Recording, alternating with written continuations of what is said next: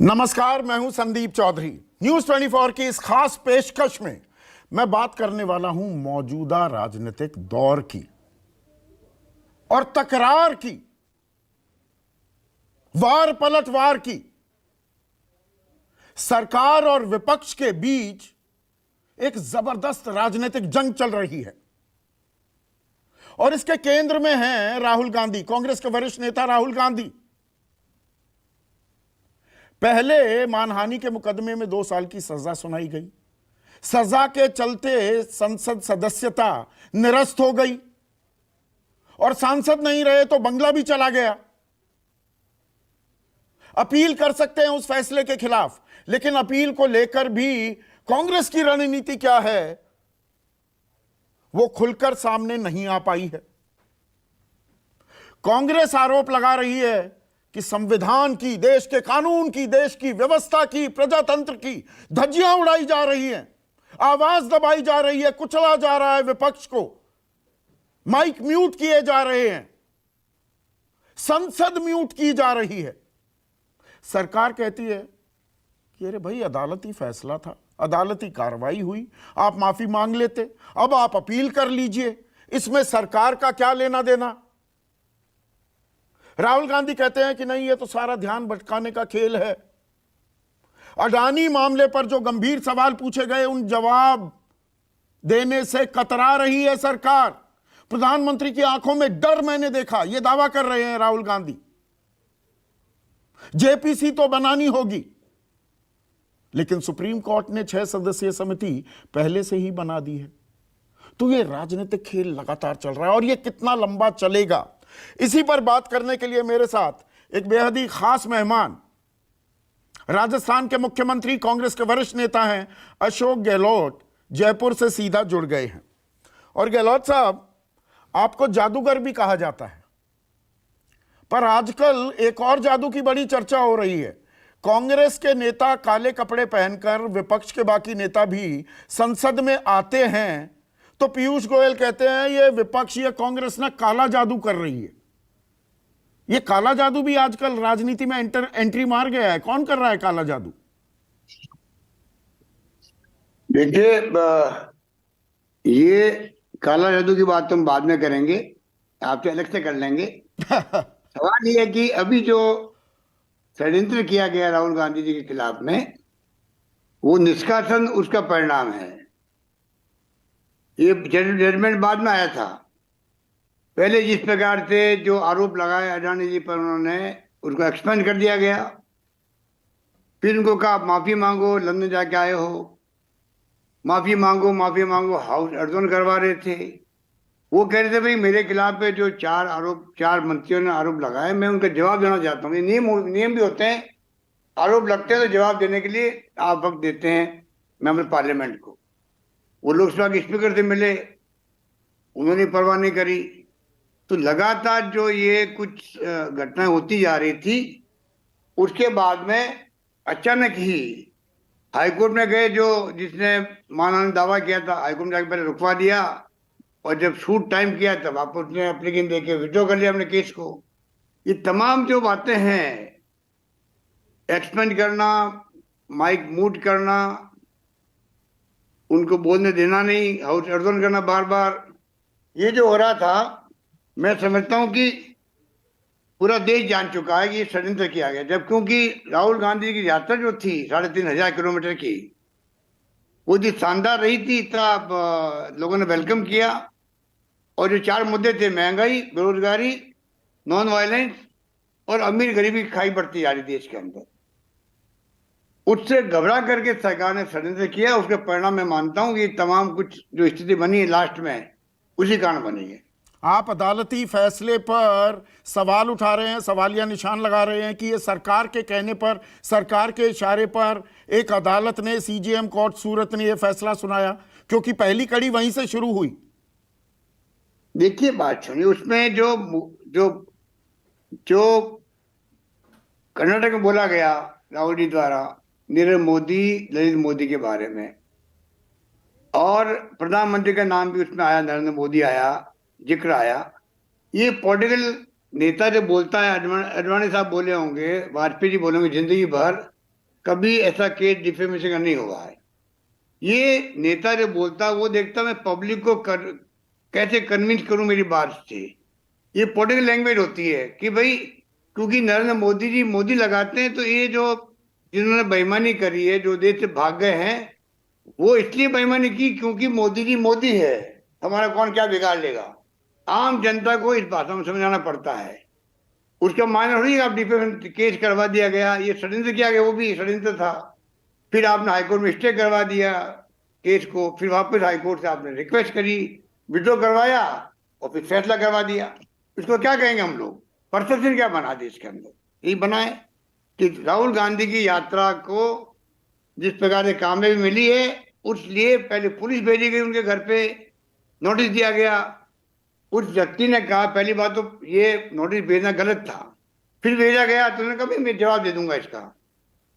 महिलाओं के बारे में उन्होंने कमेंट किए थे श्रीनगर के अंदर, महीनों बाद में तो ये उन्होंने नोटिस दिया, फिर उनका मैं जवाब दूंगा, फिर पुलिस पहुंच गई। तो मैं ये पूछना चाहूंगा आपके माध्यम से अमित शाह जी को भी, अमित शाह जी आज आपने कहा है कि मुझे सीबीआई के अधिकारियों ने कहा था कि आप नरेंद्र मोदी का नाम ले लीजिए, हम आपको छोड़ देंगे। तो क्या आपके पास भी दिल्ली पुलिस नोटिस देगी आपको कि भाई कौन से अधिकारी थे वो सीबीआई के जिन्होंने आपको कहा कि आप नाम ले लीजिए नरेंद्र मोदी जी का, तो हम आपको छोड़ देंगे? कोई नोटिस देना चाहिए, पूछना चाहिए उनको, पहुंचना चाहिए वहां तक, पहुंचना चाहिए किसने ये बात कही कि भाई आप नाम दीजिए मोदी जी का, ये बात खुलासा होना चाहिए। पर यहां पर एक सीधी सी बात है अशोक गहलोत साहब, ये फैसला है आपको लगता है दबाव में किया गया जी? ये जो कड़ियां हैं, क्रोनोलॉजी समझिए, स्टे लगाने की बात हो रही थी पूर्णेश मोदी की तरफ, वकील अदालत में जज बदल जाता है तो तारीख फटाफट मिलने लगती हैं, बजट के पहले चरण में, बजट सत्र के पहले चरण में सवाल उठा दिए अडानी समूह को लेकर, तब ये कार्रवाई हुई। तो भाई ऊपरी अदालतें भी तो हैं, क्या आपको न्यायिक व्यवस्था में भरोसा नहीं है? आप अपील कीजिए, अपील का पता नहीं लग रहा। 8 दिन हो गए वो फैसला आए हुए, 166 पन्नों का, आपकी भारी भरकम फौज जो है वकीलों की और धुरंधर है, वो अभी तक तर्जुमा नहीं कर पाए गुजराती से अंग्रेजी में। देखिए ये तो उनकी लीगल जो एक्सपर्ट टीम है उसका काम है कि वो क्या उचित समझता है, समय वो तय करेंगे, वो उसमें मैं कुछ नहीं कह सकता। ये उनकी अप्रोच क्या, वो लीगल एक्सपर्ट टीम है, वही बता सकती है आपको। मेरा मानना ये है कि जिस प्रकार से राहुल गांधी जी ने कहा मैं देश की आवाज बन करके, चाहे मुझे हाउस में रखो या नहीं रखो, परमानेंट निकाल दो, मैं परवाह नहीं करूंगा, मैं चिंता नहीं करता हूं, मैं पूछता रहूंगा मोदी जी को किस प्रकार से जो आपको 20,000 करोड़ रुपए का जो आरोप लगाया गया है, ये पैसा किसका था, और खुले रूप में उन्होंने एजेंडा दिया देश को। मैं देश की आवाज बन के बोलता रहूंगा, और रिश्ता क्या प्रधानमंत्री पता नहीं करे। मैं आपके माध्यम से प्रधानमंत्री मोदी जी को पूछना चाहूंगा कि आप मुख्यमंत्री रहे 3 बार, मुझे बताइए कि आज तक इतिहास में, पता नहीं उनकी अप्रोच क्या रही गुजरात में, मुझे नहीं मालूम, पर आज तक जो विपक्ष के लोग आरोप लगाते हैं तो हमारे कांग्रेस राज में तो लोग क्या कहेंगे, क्योंकि लोग माई बाप होते हैं डेमोक्रेसी के अंदर।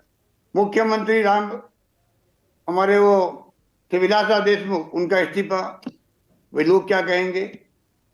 अशोक चौहान का इस्तीफा, लोग क्या कहेंगे? रेल मंत्री पवन बंसल का इस्तीफा, रेल मंत्री का, लोग क्या कहेंगे? अश्विनी शर्मा जी का इस्तीफा, लोग क्या कहेंगे कानून मंत्री का? ये तो है अप्रोच डेमोक्रेसी की। और मोदी जी के राज में ना तो वो मीडिया से मिलते हैं, ना वो इस प्रकार की सोच सकते हैं, ना आज तक किसी का इस्तीफा लिया। कितने आरोप लगा दो उनको चिंता नहीं लगी रहती है। ये डेमोक्रेसी है देश के अंदर। आज देश की दिशा में जा रहा है, कोई नहीं जानता। आप प्रजातंत्र की लगातार दुहाई दे रहे हैं, कोई नहीं जानता है। अशोक जी आप प्रजातंत्र की दुहाई दे रहे हैं, आप पूरी कांग्रेस भी, साथ ही साथ आप विक्टिम कार्ड भी खेल रहे हैं। प्रजातंत्र में जो 4 खंबे हैं उनमें से एक खंबा हमारी न्यायपालिका का है। अपील कीजिए, आपके मामले में अगर अन्याय हुआ है, नाइंसाफी हुई है, अदालत पलट देगा। मोहम्मद फैसल का मामला अभी पलटा ना, सुप्रीम कोर्ट में पहुंचा, उससे पहले ही लोकसभा सचिवालय ने उनकी लोकसभा सांसदी बहाल कर दी। नहीं आप ठीक कह रहे हो, पर मैं कह रहा हूँ ये काम लीगल टीम देख रही है, इसको मैं नहीं देख रहा हूँ, इसलिए मैं उस पर कॉमेंट नहीं करना चाहता। पर साथ ही साथ ये अडानी समूह की, अडानी मामले में जेपीसी हो, अब सुप्रीम कोर्ट की 6 सदस्यीय एक समिति है। और अडानी की जब बात आती है तो आजकल बीजेपी के नेता, तमाम जो प्रवक्ता भी आते हैं, सबसे पहले वो सवाल, वो वार आप पर करते हैं कि अरे भाई अशोक गहलोत से तो पूछो, वो अडानी जी के साथ उनके इतने अच्छे रिश्ते, अडानी समूह ने कितना पैसा लगा दिया है राजस्थान में, अगर अडानी इतने बड़े चोर हैं, इतने बड़ा घपला हुआ है, तो अशोक गहलोत उनके लिए लाल कालीन क्यों बिछाते हैं? देखिए, ये राहुल गांधी जी जवाब दे चुके इस बात का जो आप पूछ रहे हैं मुझे। जब वो आए थे यहाँ पर, इन्वेस्ट राजस्थान की मीट हुई थी राजस्थान में, वो मीट कई राज्यों में होती है, सब इंडस्ट्रीज जाते हैं, वो आए और 60,000 करोड़ के इन्वेस्टमेंट की एमओयू साइन हुए। तब भी आप जो बोल रहे हैं उस ढंग से मीडिया वालों ने इस बात को उछाला था। राहुल गांधी जी ने बहुत अच्छा जवाब दिया, कोई भी इंडस्ट्रीज किसी राज्य में जाएगा इन्वेस्ट करने के लिए तो राज्य सरकार मना क्यों करेगी, वेलकम करेगी। मैंने उसमें भी कहा था, हमारे यहाँ अडानी जी आए, अंबानी जी आए या जैसा आए, अमित शाह जी के लड़के, हम सबका स्वागत करेंगे। इन्वेस्टमेंट आएगा, रोजगार मिलेगा, हमारे यहाँ रेवेन्यू बढ़ेगी, इसमें क्या दिक्कत होती है? उसको लेके आप विरोधाभास है ना। फिर जब आप विचारधारा की, भ्रष्टाचार के खिलाफ लड़ाई, इंसाफ की दुहाई जब आप देते हैं, एक तरफ आप कह रहे हैं महाघोटाला हुआ, 609वें नंबर का अमीर आदमी अगर कोई शख्स था 2014 में, दूसरे नंबर का सबसे अमीर आदमी हो जाता है। क्रोनी कैपिटलिज्म की आप बात करते हैं कि प्रधानमंत्री जहां जाते हैं, वो श्रीलंका हो, बांग्लादेश हो, ऑस्ट्रेलिया हो, इजराइल, अडानी को वहां से कुछ ना कुछ फायदा होता है, लोन मिल जाता है, प्लांट मिल जाते हैं, रक्षा के क्षेत्र में वो घुस जाते हैं। वहां इतने गंभीर आरोप, फिर आप कहते हैं कोई पैसे लगाएगा। तो मतलब जिस आदमी पर गंभीर आरोप आप ही की पार्टी लगा रही है, वो आपके राज्य में पैसा लगा दे तो आपको वो कबूल है? ये तो चित भी मेरी पट भी मेरी।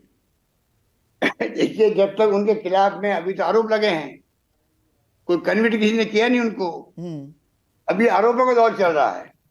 और अभी तो हमारे जो इन्वेस्टमेंट एमओयू थे वो भी अटक गए। अभी तो इस माहौल के अंदर हमें चिंता लगी हुई कि इन्वेस्टमेंट आएगा तो ही रोजगार मिलेगा, तो ही मैं समझता हूँ कि रेवेन्यू बढ़ती है राज्यों की। अब अगर मान लो बीजेपी गवर्नमेंट ने गौतम अडानी जी के साथ में स्टेट गवर्नमेंट को पार्टनर बना के अगर मान लो ज्वाइंट वेंचर किया हो, कोल ब्लॉक जो मिले भारत सरकार से राज्य सरकार को, उसके एक्सकेवेशन का काम उन्होंने दिया हो, तो हमें तो उनका कोल लेना पड़ेगा, तभी तो यहाँ बिजली पैदा होगी राजस्थान के अंदर। तो क्या मैं अगर उनके आरोप लगे हैं और उनके कोल लेना बंद कर दूं मैं यहाँ पर? सच्चाई क्या है, वो सच्चाई देखना चाहिए ना हम लोगों को। सच्चाई सामने आएगी क्या? जेपीसी के बिना क्या सच्चाई आ पाएगी? 6 सदस्यीय समिति है अशोक जी। सच्चाई सामने लाने के लिए राहुल गांधी जो है, राहुल गांधी जी जो बोल रहे हैं वही तो बोल रहे हैं, सच्चाई सामने आनी चाहिए देश के सामने।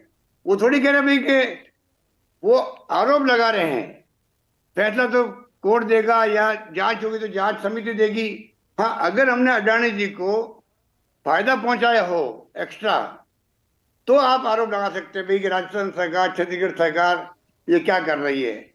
राहुल गांधी ने इसका जवाब भी दिया, अगर अडानी जी को कोई पैसा पहुंचाया है, फायदा पहुंचाया है, उसको जेल होनी चाहिए, उसमें चाहे राजस्थान के मुख्यमंत्री हो चाहे छत्तीसगढ़ के मुख्यमंत्री हो। इससे खुली बात कोई क्या कह सकता, बता दीजिए।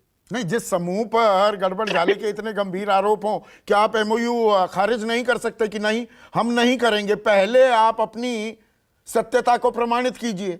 जो बात, जो सवाल कांग्रेस उठा रही है, राहुल गांधी उठा रहे हैं, उनके जवाब आने दीजिए।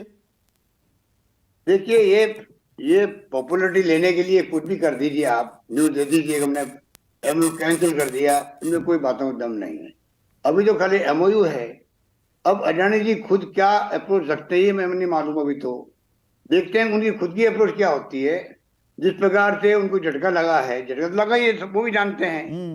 अब वो झटका क्यों लगा, किन कारण लगा, वो एक अलग मामला है।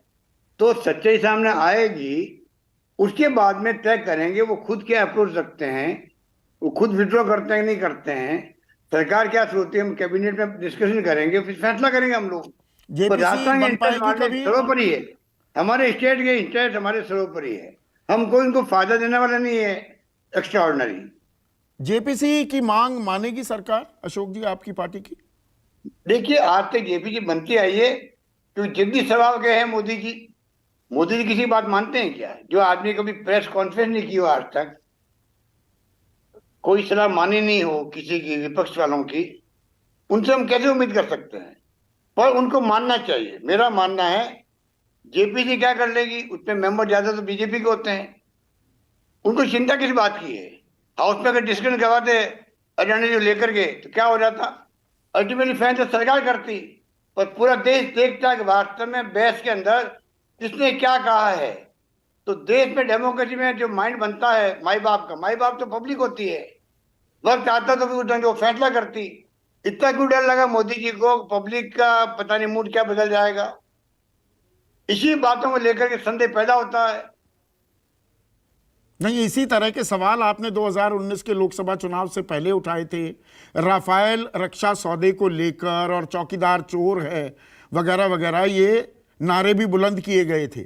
पर राफेल पर जो बात आपने समझाई और सरकार ने, प्रधानमंत्री मोदी ने जो अपना पक्ष रखा, जनता उनके साथ ज्यादा जाती दिखी। इस बार कुछ बदलेगा क्या? अडानी मामले पर आपको लगता है आपके सवाल जो पूछे जा रहे हैं, जनता उसके पक्ष में जाएगी? देखिए, वो बालाकोट की भेंट चढ़ गया, वो चुनाव बालाकोट की भेंट चढ़ गया। जिस प्रकार का माहौल बनाया उन्होंने, आप सब जानते हैं, दुनिया जानती है। और मैं समझता हूं कि इस प्रकार से जो अप्रोच है मोदी जी की एज ए प्राइम मिनिस्टर, मैं समझता हूं कि वो उसमें बदलाव करना चाहिए उनको। मेरा मानना है कि ये अप्रोच अच्छी नहीं है कि आप जेपीसी की मांग करो, आप विपक्ष को नहीं सुनो। राहुल गांधी को बोलने दो नहीं हाउस के अंदर, और सत्ता पर खुद ही हल्ला कर रहा है, हाउस को अर्जन करवा रहा है। तो देश में लोकतंत्र है क्या है देश के अंदर? ये शंका होने लगी लोगों को, धज्जियां उड़ रही है संविधान की, चिंता लगी हुई हम लोगों को। और क्या ये चिंता की वजह से ही ये लामबंदी विपक्ष में जो होती दिख नहीं रही थी? आपने भारत जोड़ो यात्रा भी निकाली, विपक्ष जोड़ो नहीं हो पा रहा था, लेकिन अब ममता बनर्जी, अखिलेश यादव, अरविंद केजरीवाल, इन नेताओं का भी राहुल के समर्थन में खड़ा होना, क्या आपको लगता है कि ये अब मामला विपक्ष की लामबंदी उसको और मजबूती देता दिखेगा, या ये अभी तात्कालिक प्रतिक्रियाएं हैं विपक्षी खेमे में? देखिए, मेरा मानना ये शुभ संकेत है, देश के हित में शुभ संकेत है ये। अल्टीमेटली चाहे कांग्रेस पार्टी या कोई पार्टी हो, वो जनता क्या चाहती है उस ढंग से चलती पार्टी है। धीरे धीरे जनता का दबाव बढ़ता इनके ऊपर। जब महंगाई का मुद्दा है, बेरोजगारी का है, नॉन वायलेंस का है कि वायलेंस नॉन वायलेंस रहना चाहिए, और अमीर गरीबी खाई बढ़ती, 4 मुद्दे राहुल गांधी ने दिए थे, और मुद्दे जोड़ ले विपक्ष वाले और भी। तो अल्टीमेटली जनता जब देखती है कि हो क्या रहा देश के अंदर, तो अपना भी पॉलिटिकल पार्टियां अपना अप्रोच बदलती है और नजदीक आती, और विपक्ष एक होता। पहले भी हुआ है कांग्रेस के खिलाफ में, पूरी बीजेपी भी शामिल थी पहले। जब जब भी कांग्रेस के खिलाफ में, मोरारजी भाई देसाई के वक्त में भी, वीपी सिंह के वक्त में भी, बीजेपी और सब मिलकर ही तो कांग्रेस का खिलाफ मोर्चा बनाया था, ये क्यों भूल जाते हम लोग। तो आज ये जिस प्रकार से भाषा काम लेते हैं नरेंद्र मोदी जी, विपक्ष के करप्ट लोगों का गिरोह बन गया है, ये भाषा शोभा देती है प्रधानमंत्री जी को? बताइए आप, ये भाषा क्या सभी लोग गिरोह बना रहे हैं, सब करप्ट लोग हैं, और पूरे ईमानदार लोग खाली बीजेपी के अंदर ही हैं, और हमारे लोग जाते हैं बीजेपी ज्वाइन करते हैं, वो सब वो दूध को धुल जाते हैं। तो ये क्या हो कौन रहा है? समझा पाएगा भ्रष्टाचारी कौन है, और भ्रष्टाचार के खिलाफ लड़ाई कौन लड़ रहा है? ये भी मोर्चा खुल गया है। अब यहां पर लोगों को समझाने की कुव्वत, काबिलियत किसमें ज्यादा है? क्या ये भी एक अहम पहलू होने वाला है आने वाले दिनों में, अशोक जी? देखिए, राहुल गांधी का जो मैं बहुत करीब से देखा, मैंने उनको गुजरात के अंदर भी, देश के लिए, देशवासियों के लिए, मैं समझता हूं कि गरीबों के लिए, दलितों के लिए, पिछड़ों के लिए, आदिवासियों के लिए दर्द है उनके दिल में, उससे मैं बहुत कायल हूं। और करप्शन की बात मैं जानता हूं कि उनके दिल में क्या विचार है उनके बारे में, इसलिए उनको, उनके परिवार को, जिस प्रकार कभी कांग्रेस मुक्त भारत बनाने की बातें हो रही थी, पता नहीं इस खानदान से क्यों मोदी जी को व्यक्तिगत नाराजगी है जो नहीं होनी चाहिए। आज मोतीलाल नेहरू ने आनंद भवन, स्वराज भवन दे दिए देश को, सब कुछ दे दिया पंडित जवाहरलाल नेहरू ने। उनको आपने घर भी खाली करवा दिया, कोई बात नहीं, आपकी अप्रोच है, सोचनी आपकी सोच है। पर वो तो जिस नियम खान ने कायदे सब हैं। कुछ दे दिया हो, जिस खान ने सब कुछ दे दिया हो, जिसकी दादी शहीद हो गई देश के लिए, जिसके पिताजी शहीद हो गए देश के लिए, उनके बेटे को आपने जो है षड्यंत्र करके लोकसभा निष्कासित करवाया है। षड्यंत्र करके आप मकान के लिए 2 दिन नोटिस दे रहे हो।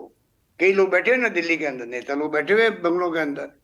ये अप्रोच रचनात्मक नहीं कही जा सकती है, ये नकारात्मक अप्रोच होती है, जो शोभा नहीं देता है प्राइम मिनिस्टर को और अमित शाह को कि वो इतने बड़े पद पे बैठे हुए हैं। उसके लिए इस प्रकार की सोच अच्छी बात नहीं है। जेल जाने के लिए तैयार हैं क्या राहुल गांधी? क्या ये भी आपकी रणनीति का हिस्सा है कि अपील को लेकर अभी कोई मैं रास्ता? ज्यादा समझता हूँ, हाँ, ना वो जेल से डरते हैं, ना वो मोदी जी से डरते हैं, ना अमित शाह जी से डरते हैं। वो सच्चे में जलने वाला इंसान है। Truth is God, God is truth, जो गांधी जी ने कहा था, उस पर चलने वाला सच्चा इंसान है। नहीं, उनको 30 दिन का वक्त दिया गया है, जो मतलब जेल जो सुनाई गई है, सजा जो सुनाई गई है, 30 दिन की रोक है, उसमें 8 दिन जा चुके हैं ऑलरेडी। क्या कुछ यहां पर जानकार ये भी कह रहे हैं कि ये कांग्रेस की रणनीति हो सकती है कि जेल जाएं, अपील तो उसके बाद भी हो सकती है, पर जेल जाना क्या एक राजनीतिक रणनीति के तौर पर अपनाया जा सकता है? वो रास्ता, कुछ ऐसी सुगबुगाहट आ रही है अशोक जी। ये पब्लिक में क्या रूमर्स होती है, उसमें मैं कुछ कमेंट नहीं कर सकता, ये तो अफवाह चलती रहती है। उनकी लीगल टीम और वो जानते हैं इस बात को। तो मेरा मानना है कि 30 दिन का जब मान ली दे दिया उनको बेल के लिए, तो इतनी जल्दी क्या थी नरेंद्र मोदी जी को, अमित शाह जी को, ओम बिरला जी को, लोकसभा स्पीकर को, कि बिना कोई पूरी फॉर्मेलिटी किए हुए आपने जल्दबाजी में फैसला कर निष्कासन का। इसका मतलब निष्कासन का इंतजार ही करे थे, कैसे निष्कासन करें इनको। जब हम बार बार कहते हैं कि षड्यंत्र हुआ था, उनको निष्कासन करने का वो षड्यंत्र वो इस प्रकार आती है, जिस प्रकार तत्काल फैसले हुए हाईकोर्ट से, वापस विड्रॉ कर लिया केस को मिस्टर मोदी ने, वही मोदी था गुजरात का। तो ये तमाम जो सीक्वेंस बनती है, वो सीक्वेंस बताती है किस प्रकार से इनको षड्यंत्र करके पार्लियामेंट से इनको निष्कासित किया गया। आखिरी 2 सवाल अशोक जी। राहुल गांधी के चलते विपक्ष लामबंद होता दिख रहा है, तो क्या अब ये माना जाए अगुवाई राहुल गांधी ही करेंगे इस विपक्षी खेमे की, या राहुल गांधी अभी इस सवाल को, देखिए अपील नहीं करते तो 2 साल की सजा, 2 साल की सजा का मतलब ये होता है कि वो 8 साल चुनाव नहीं लड़ पाएंगे। 2024 का सांसदी का तो छोड़िए, 2029 की सांसदी का भी वो चुनाव नहीं लड़ पाएंगे। तो वो पीछे रहेंगे, वो विचारधारा को आगे बढ़ाएंगे, या वो विपक्ष की अगुवाई करते दिखेंगे? देखिए, ये आप मुझसे क्वेश्चन पूछ रहे हैं, अभी इसकी कोई चर्चा ही नहीं है। अभी तो लीगल एक्सपर्ट टीम उनको राय दे रही होगी, उसका इंतजार थोड़ा आप भी कीजिएगा। इतना मैं कह सकता हूं, इस खानदान को, ये खानदान पिछले 30 साल से, 32 साल से किसी पद पे नहीं है। ये खानदान 32 साल से किसी पद पे नहीं, ना प्राइम मिनिस्टर, ना केंद्रीय मंत्री, ना चीफ मिनिस्टर बने थे खानदान में कोई आदमी। 32 साल से वो देश की सेवा कर रहे हैं संगठन के माध्यम से, और तमाम जाति, तमाम वर्ग, तमाम धर्म के लोग, तमाम भाषा बोलने वाले लोग पूरे देश के अंदर, अगर सब में इनकी क्रेडिबिलिटी हाईएस्ट है पार्टी के अंदर। ये परिवार जब फैसला करता है तो निष्पक्ष होकर फैसला करता है। अगर ये क्रेडिबिलिटी उन्होंने अर्न की है तो ये गर्व की बात होनी चाहिए। उसके आधार पर वो व्यक्तित्व चल रहा है। अब उसके ऊपर हम कई सारे सवाल उठाएं, आगे क्या होगा मैं समझता हूँ उचित अभी नहीं। विपक्ष की अगुवाई करने के लिए 32 साल से जो आदमी बिना पर बैठे हुए हैं, सोनिया गांधी जी को मौका मिला था प्राइम मिनिस्टर बनने का, वो प्राइम मिनिस्टर नहीं बनी, डॉक्टर मनमोहन सिंह जी को प्राइम मिनिस्टर बनाया हो 10 साल तक। उस वक्त भी मनमोहन सिंह जी के बाद रिक्वेस्ट की राहुल गांधी जी को प्राइम मिनिस्टर बनने की, उन्होंने इनकार कर दिया हो विथ ह्यूमिलिटी, केंद्रीय मंत्री नहीं बने हो। इस खानदान के बारे में इस पर मोदी जी धारणा रखते हैं, पंडित नेहरू के बारे में जो सोशल मीडिया के माध्यम से जो कुछ भी उन्होंने अप्रोच रखी है, जिस प्रकार राहुल गांधी की इमेज को खराब करने के लिए षड्यंत्र किए गए हैं, काफी हद तक ये कामयाब हो गए थे। पर भारत जोड़ो यात्रा ने इन सब की हवा निकाल दी। देश समझ गया कि राहुल गांधी की पर्सनैलिटी वास्तव में क्या है। तो राहुल गांधी, फिर से मैं पूछना चाहूंगा, विपक्षी मोर्चे की अगुवाई के लिए तैयार हैं? और विपक्षी मोर्चा भी, जहां बहुत से लोग उस बारे को लेकर असहज थे, अब वो भी तैयार होते दिख रहे हैं, या अभी ये दूर की कौड़ी है?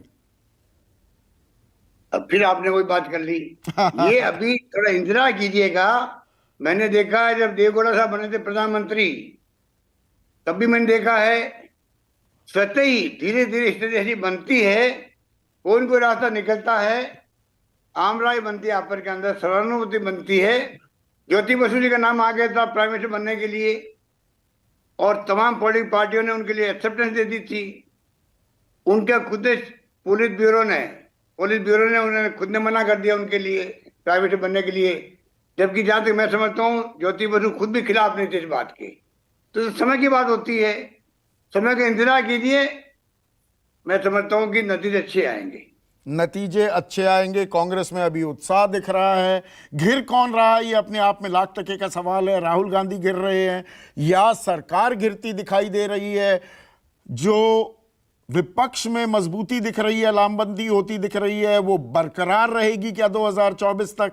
और भ्रष्टाचार की इस लड़ाई में दरअसल ईमानदार कौन है और ये कितना समझा पाता है आम आदमी को, ये आने वाला वक्त बताएगा। बहुत बहुत शुक्रिया अशोक गहलोत जी, आपने अपना वक्त निकाला। और आप एक ऐसे प्रदेश से आते हैं, यहाँ पर बहुत सारे डेजर्ट्स भी हैं, ऊंट यहाँ पाए जाते हैं। तो राजनीति का ऊंट किस करवट बदलता है? करवट बहुत बदल रहा है अभी, किसे गिराता है और किसे सत्ता तक पहुंचाता है, ये पता लगेगा कुछ आने वाले वक्त में। फिर से आपका बहुत बहुत शुक्रिया। इस खास पेशकश में बस इतना ही। नमस्कार।